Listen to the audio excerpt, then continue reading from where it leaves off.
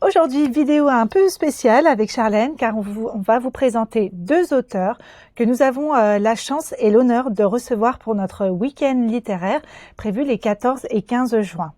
J'ai la primeur de présenter Alexandre Lacheyras, Le Manège des Andes, aux éditions Le Bruit du Monde. C'est à travers le regard de trois femmes que l'auteur nous plonge dans une des plus grandes crises migratoires de l'Amérique latine, entre le Venezuela et la Colombie. Le Manège des Andes, c'est l'histoire de Yulimar, une Vénézuélienne, qui va justement franchir cette frontière pour rejoindre Bogota. Dans son périple, elle va rencontrer Gilda, une Sicilienne qui dirige une organisation des Nations Unies, et Sol, une Colombienne qui va se retrouver à travailler pour Gilda.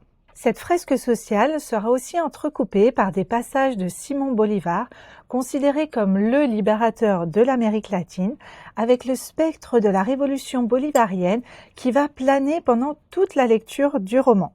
Ces trois femmes, au contraste très marqué, qui m'ont impressionnée, vont être bousculées par la vie, confrontées à des obstacles et amenées à faire des choix. Parviendront-elles à réaliser leurs rêves?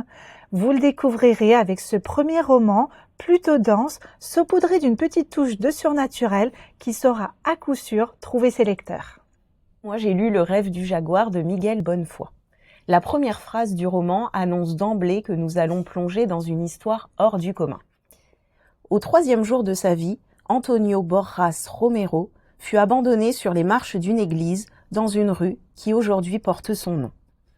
Avec cette entrée en matière, Miguel Bonnefoy nous invite à accueillir le merveilleux comme une évidence.